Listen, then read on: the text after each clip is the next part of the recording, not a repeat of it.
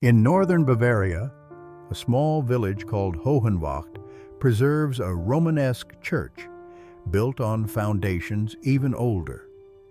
It is a little-known place, visited mainly by local historians and theology students. Its archives hold a fragmented codex written in Aramaic, Greek, and a third script that does not match any documented system. For centuries, that manuscript was catalogued as an unresolved anomaly, until Adrian arrived at the church. Adrian, a 4-year-old European boy, had blue-gray eyes and a reserved character that often puzzled his teachers. He showed no interest in noisy toys or group games. He preferred to observe, listen, and memorize details that went unnoticed by others. His parents used to say that he seemed to live in a parallel world, always attentive to something that did not entirely belong to his surroundings. The family traveled to Hohenwacht to visit relatives. During the stay, they decided to enter the church out of simple curiosity. They expected a brief visit. No one imagined what would happen inside. The building had the solemn air of ancient temples. Thick walls, narrow stained glass windows, echoes that multiplied even the softest footsteps. The archive section was not tourist-oriented. An elderly librarian guarded it and allowed access only on special occasions. When he learned that the visitors were relatives of one of the volunteer restorers, he agreed to show them part of the historical collection: tables with manuscript reproductions, display cases, incomplete parchments. The first sign appeared after a few minutes. While the adults were looking at a medieval illustration, Adrian moved away without a sound. He walked to a display case at the far end of the room, where the oldest fragment of the mysterious codex rested. He showed neither haste nor fear. He stood in front of the glass with the assurance of someone who recognizes a familiar object. The librarian frowned. That manuscript had not been mentioned during the explanation. In fact, the case stood isolated, with dim lighting and a label describing the fragment as unintelligible. Yet the child remained motionless in front of it, his gaze fixed on strokes that others had considered mere scribbles. What followed completely changed the atmosphere. Adrian began to move his lips very softly, forming rhythmic patterns that resembled silent reading. They were not recognizable words, at least not to those present. It was more a sequence of organized sounds, as if he were trying to reconstruct a forgotten phonetics. His hands accompanied the rhythm, pausing over certain symbols that seemed incomprehensible to anyone else. The librarian approached cautiously, unable to conceal his unease. That fragment had been studied by linguists, theologians, and specialists in ancient languages. No one had managed to make sense of it. And yet, this 4-year-old boy seemed to understand it in some instinctive way. The second sign did not take long to appear. Without looking away from the manuscript, Adrian raised a hand and pointed to the bottom line of the parchment. There, researchers had identified only ink remnants and a meaningless circular mark. But for Adrian, it was not a mark. It was a starting point. The librarian opened a notebook. He did not know exactly what he was witnessing, but he understood that he had to record it. He watched closely as the boy followed the circular pattern with a finger suspended in the air, as if tracing a path. The gesture was precise. He was not improvising. He seemed to remember an exact shape. The parents approached, confused by the child's unusual concentration. Normally, in unfamiliar places, Adrian became restless. But there, in front of the manuscript, his breathing was deep and steady. There was no fear. There was no tension. only a strange familiarity. It was then that the librarian made a decision that contradicted his own protocols. He led the family to a table where he kept enlarged reproductions of the manuscript. Normally, he showed these copies only to accredited researchers. But he wanted to check whether the boy's behavior would repeat itself in front of more complete images. He placed the reproductions one by one on the table. They were pages full of broken lines, fragmented symbols, incomplete Greek letters, and Aramaic sequences that did not fit any known sentence. For any adult, the pages were chaos. For the child, they were not. Adrian leaned over the first reproduction and traced a line with his finger that connected 3 different symbols. Then he moved to the second page and repeated the same gesture, this time linking nearly erased Greek letters with a series of sinuous strokes that experts had catalogued as ornamental. The gesture was too coherent to be random. The librarian, with a tense voice, explained that those symbols had puzzled generations of scholars. They seemed to describe a temporal sequence, but no one had succeeded in interpreting it. Yet Adrian followed it with the certainty of someone who remembers a path once learned. The strong revelation came when the child stopped before a section that specialists had discarded as illegible. It was a set of vertical lines accompanied by wavy strokes. Adrian rested his hand on the table and breathed deeply, as if he suddenly understood something he had long been trying to recall. Then, without looking away, he pointed to an exact spot on the fragment. According to the librarian's interpretation, that spot meant nothing, but for the child, it was the center of the reading. The librarian reviewed notes from previous years. He found a detail he had overlooked. That spot was strategically located at the intersection between the Aramaic text and the series of unknown symbols. Some experts had suggested that this intersection might mark a narrative break. Now, seeing the child's reaction, the theory seemed to make sense. The emotional climax of this first phase occurred in silence. Adrian, with slow movements, connected 3 symbols with his finger to form an inverted triangle. Then he placed his hand on his own chest as if recognizing something he could not explain in words. He did not seem frightened, nor proud. He had the calm expression of someone who rediscovers an ancient truth that had always been there, waiting to be found. When he withdrew his hand, the librarian understood that it was not a mere coincidence.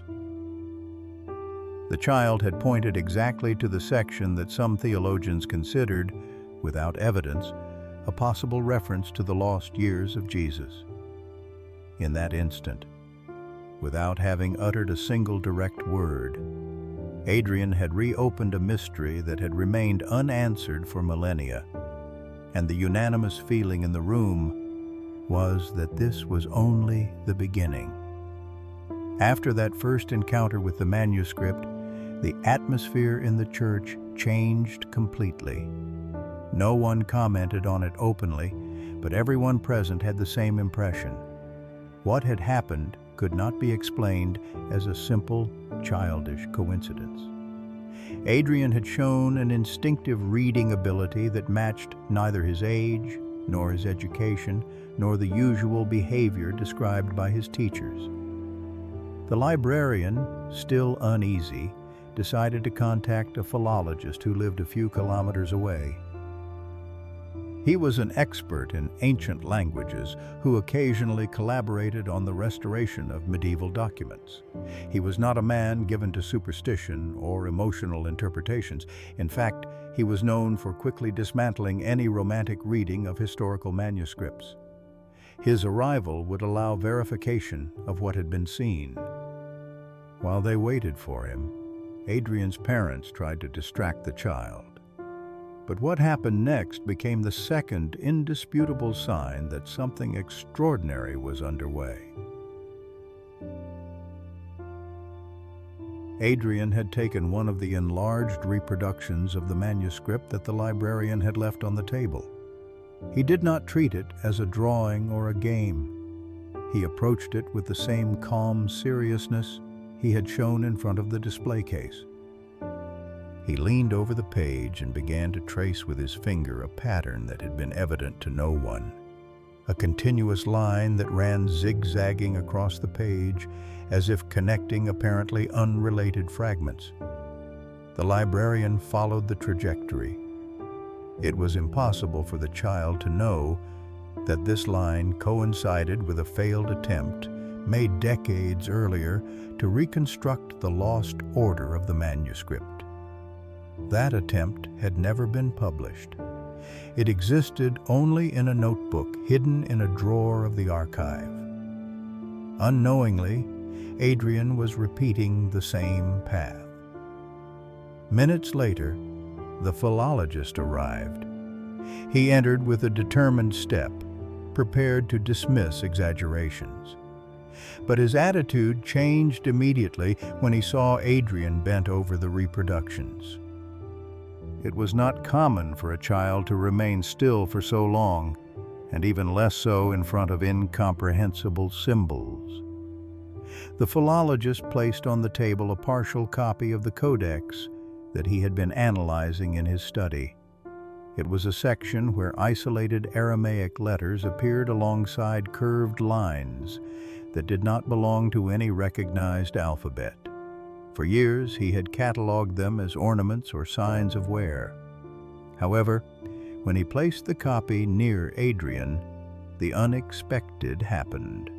The child looked up and directed his attention exactly to that section as if he recognized it. His fingers traced an invisible semicircle in the air, right over the unknown symbols. It was a gentle but precise gesture. The philologist leaned over the table, searching for an explanation. The sequence the child was marking coincided exactly with a marginal hypothesis he himself had noted months earlier, the possibility that this semicircle was a narrative delimiter, a mark used by ancient scribes to signal an important change in the story. Adrian had no way of knowing that. That note had never left the philologist's study. The second sign became evidence when the child moved on to the next fragment. There, he pointed to a set of nearly erased vertical strokes that seemed to have no structure. But for him, they did. He paused at 3 particular symbols. The philologist looked at them with growing disbelief. Those 3 symbols could form, in archaic Aramaic, the root of a word related to displacement or absence, an extremely difficult reading to detect.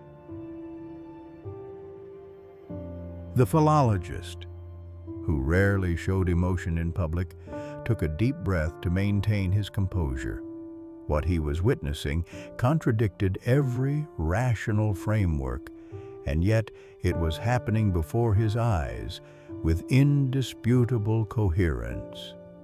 The strong revelation of this stage came when the librarian decided to show Adrian a fragment that had never seen the light of day. It was a piece of parchment kept in a separate box because experts considered it too damaged to relate it to the main codex. From an academic point of view, it was irrelevant material. As soon as it appeared, the child reacted as if something inside him recognized the texture, the shape, or the arrangement of the strokes. He approached and, without touching it, pointed to an area where the ink had completely disappeared. The parchment showed only fibers and shadows. Even so, Adrian held his finger exactly there for several seconds with a fixed and concentrated gaze. The philologist watched the scene in silence, not knowing what to expect. Then the librarian remembered an old theory he himself had discarded years earlier. The idea that the original manuscript contained a section dedicated to Jesus' youth, a section that had been deliberately removed at some point in the textual transmission. It was only speculation, but that fragment, this apparently useless piece, was located exactly in the period in which, according to some historians, events corresponding to the 18 lost years might have been described. What Adrian was pointing to coincided with that historical gap. The tension in the room became palpable.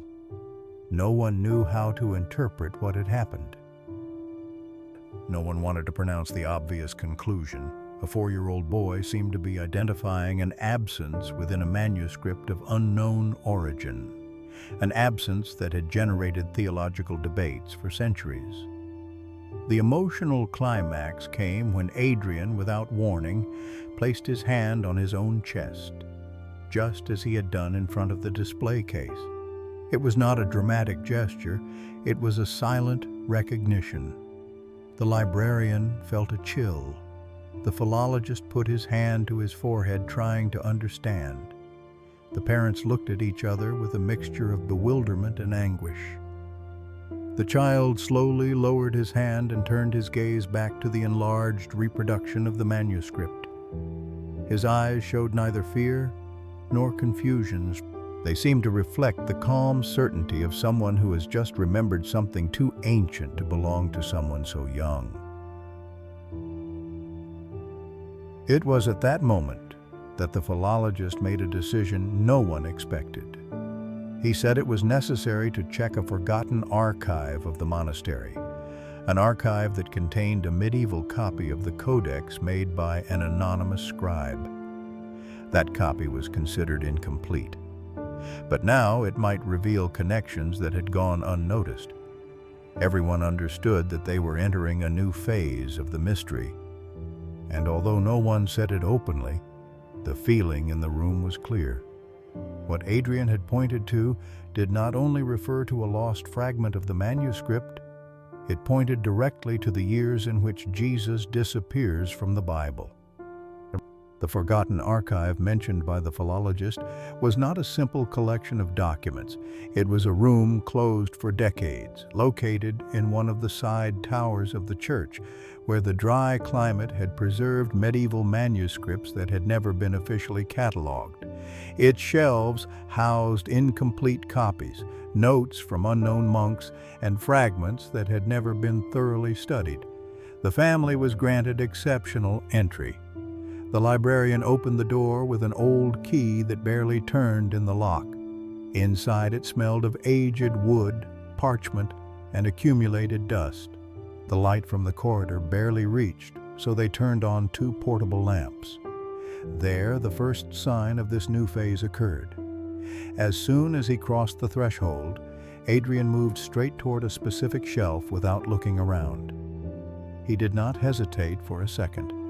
He went to a low shelf, placed a hand on an unlabeled wooden box, and remained silent. The adults watched, holding their breath. The philologist opened the box with extreme care. Inside was a medieval copy of the main codex, handwritten by an anonymous monk between the 13th and 14th centuries. That copy was incomplete and mixed several graphic styles, so it had never been used in formal research. It was assumed to be a distorted version of the original document.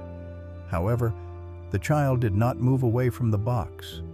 He seemed to know that it contained something more. The philologist placed the copy on an improvised table. It was a set of loose sheets, some torn, others stained by moisture. At first glance, it did not seem more useful than the manuscript preserved in the main room, but as soon as Adrian saw the pages, he began to run his fingers over them one by one without skipping any. The second sign appeared on the 5th sheet. There was a symbol that the monastery scholars had always considered merely decorative, a kind of incomplete triangle accompanied by wavy lines. Adrian stopped his hand over it and circled it with his finger, as if marking a turning point. The philologist, who knew that symbol well, leaned over the sheet. He had never understood its function, but the child treated it as a pointer, not as ornament. He touched it in silence for several seconds, then moved his hand to the top of the page, where almost invisible fragments of a sentence in ancient Aramaic appeared. The philologist followed that sequence with his eye. It was then that he noticed something that had escaped him for years. The triangle was not placed randomly. It pointed directly to an incomplete sentence that could be translated as interrupted path or hidden route. The same route appeared in an archaic tradition that mentioned lost episodes of Jesus' youth. There was no solid proof linking those traditions to the Codex. Until now. The strong revelation came when Adrian, without help, opened a nearly destroyed sheet that was stuck to another by moisture. That sheet had never been examined because it was assumed to contain only stains and illegible strokes. But when he gently separated it, it revealed a section of text that no specialist had seen before. It was brief, incomplete, but clear in structure. It contained a sequence of symbols identical to those in the original manuscript, but accompanied by small marginal notes in medieval Latin that seemed to be clarifications from the copying monk. One of those comments, though partially erased, included a word that the parents recognized without need of translation: adolescentia. The philologist carefully stroked that word. No one in the monastery knew this fragment existed. And that marginal note suggested that the medieval copy preserved a section dedicated to the adolescence or youth of someone. Adrian kept his attention fixed on that sheet. Without speaking, he slid his finger toward the bottom, where 3 discontinuous lines appeared. For any adult, they were just ancient tears. For him, they formed a pattern. He traced those lines as if following the edge of a map. The adults exchanged tense glances. The child seemed to recognize a structure that escaped them. The emotional climax of this block came when Adrian slowly moved away from the table and walked toward the back of the archive, where a small window let in a thread of light. There, he raised his hand and pointed to an exact spot on the wall.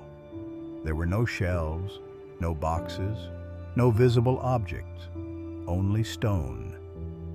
The librarian approached, bewildered. That spot corresponded, according to ancient monastery plans, to a door that had been walled up centuries ago. A door leading to a small room used by medieval monks to store objects they considered sensitive or doctrinally dangerous. The philologist froze.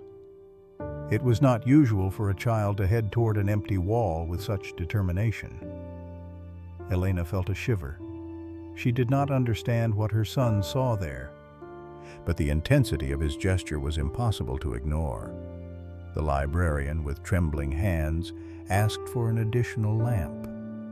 He examined the wall surface and found, almost hidden under layers of dust, 2 vertical lines that matched the structure of an ancient access. Opening it immediately was not possible. It required tools, permissions, and deeper analysis. But everyone understood the same thing when observing the child's behavior. That walled-up door was not a coincidence. Adrian took 2 steps back, keeping his gaze fixed on the wall, as if part of the story were waiting behind those stones. He did not seem frightened or confused, only the same deep concentration he had shown when recognizing the codex fragments. And at that moment, the adults understood that the manuscript was not incomplete due to deterioration. There were pieces deliberately separated, hidden pieces, pieces that could explain why the Bible remained silent about 18 years of Jesus' life. The ancient archive, the medieval copy, and the walled-up door all seemed to point to the same place, and everything had been indicated by a 4-year-old boy. The discovery of the walled-up door had a greater impact than everyone was prepared to handle. In less than 24 hours, the church rectory authorized a structural inspection, convinced by the librarian that there was a possibility of finding an intact medieval deposit. The child was not mentioned in the official reports, but everyone knew he was the reason for that decision. Elena watched her son while the team set up tools to remove the first layers of stone. Adrian sat quietly on a wooden bench, showing neither restlessness nor impatience. His gaze was fixed on the wall as if following an invisible thread that crossed the centuries. That calm concentration had become his new way of communicating with the world. The work lasted hours. The stone gave way in irregular blocks until, finally, a current of cold air escaped from inside. A small room emerged behind the dust. It was not large, barely 2 meters deep and 1.5 meters wide. The walls were reinforced with darkened wood, and at the back there was a rustic table covered by a thick layer of dust that shone in the light. The team stopped before entering. The opening was narrow, but sufficient for an adult to stoop and pass through. The philologist went in first. He turned on his headlamp and moved forward slowly. It took him barely 10 seconds to understand that the room had been deliberately sealed. Nothing inside seemed left to chance. On the table was a carved wooden casket. It was simple, austere, without religious ornamentation. Strange was the symbol engraved on the lid, the same incomplete triangle that Adrian had marked in the codex copy. The philologist removed the dust with extreme care, fearing to damage the surface. The carving marks were clear, deep, as if the craftsman had wanted to leave a warning rather than a decoration. Elena entered behind him. As soon as she set foot inside, Adrian rose from the bench without being asked. He walked slowly toward the opening and stopped in front of it. He did not try to enter. He only tilted his head to one side, repeating the gesture he always made when something fitted in his mind in a way adults could not understand. When the philologist opened the casket, the air in the room seemed to thicken. Inside, there was a single object, a palm-sized parchment fragment carefully rolled and secured with a worn cord. It was not a medieval copy. The texture, color, and resistance of the fibers indicated a much greater antiquity. The philologist knelt to examine it in the light. When he unrolled the fragment, absolute silence fell over the room. The parchment contained only 4 lines, but each one showed surprising clarity. The ink was still visible, and the characters were written with unusual precision for the period. It was not a long passage or an extensive narrative. It was more a direct statement, as if the writer had wanted to leave a brief, deliberate mark destined to survive the passage of time. The philologist read it again, with the lamp pressed against the parchment, and his breathing became irregular. The words referred to a journey, a prolonged displacement begun in the adolescence of a young man named Yeshua, taken away from his native land to learn traditions that did not belong to his people. The text spoke of foreign teachers, of a path that united cultures, of a silent preparation before the beginning of a public destiny. It was the first direct reference any medieval manuscript had made to the lost years, those that the Bible never mentions.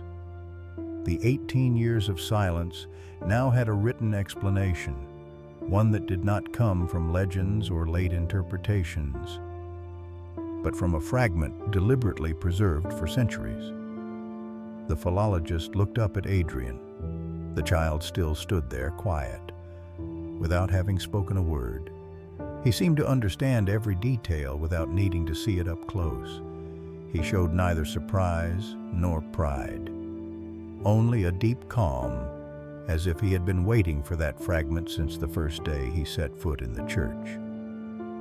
Elena's hands trembled when the philologist handed her the parchment so she could see it closely. She had never imagined that a 4-year-old child could guide specialized adults to a discovery of that magnitude. And yet, there they were, holding proof of something that would change the way a crucial period of religious history was understood. When the team finished documenting the fragment, they temporarily placed it back inside the casket. During the process, Adrian moved a little closer to the entrance. He placed a hand on the stone and kept his eyes closed for a few seconds. The gesture was subtle, but it conveyed a serenity that no one else in the room possessed. Then something changed. His expression, which until then had been concentrated and distant, began to soften. His shoulders relaxed, and his posture took on an unexpected weariness. He moved away from the entrance and returned to the wooden bench with slower steps than before. Elena followed him with her gaze.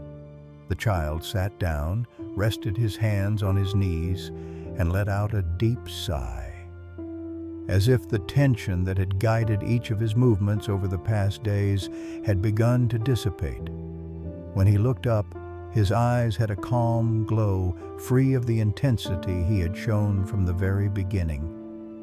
The family left the archive hours later, accompanied by the philologist and the librarian. As they walked toward the exit, Adrian stayed close to his mother, looking at the stained glass windows without the disturbing fixation he had shown upon arrival. Each step seemed to return a bit of his usual innocence. That night, already at home, his behavior returned to that of a 4-year-old child. He did not ask to see symbols. He did not point out directions. He did not look for books or manuscripts. He fell asleep early, clutching his favorite stuffed animal, as if part of the burden he had carried had remained in that hidden room between ancient walls. The specialists continued studying the fragment for months. They confirmed its authenticity, dated its composition, and proved that it contained details impossible to know without access to very ancient sources. That piece became one of the most important discoveries related to the lost years of Jesus. But for those who witnessed the entire sequence, one question remained unanswered. How had Adrian known exactly where to look? No one managed to explain it, and over time the child forgot most of the moments lived in the church. He only kept a vague image of an ancient wall and a soft light entering through a window. The content of the fragment would change the course of numerous investigations, but the way it was found would remain a mystery that neither the adults, nor the experts, nor the child himself would ever be able to unravel.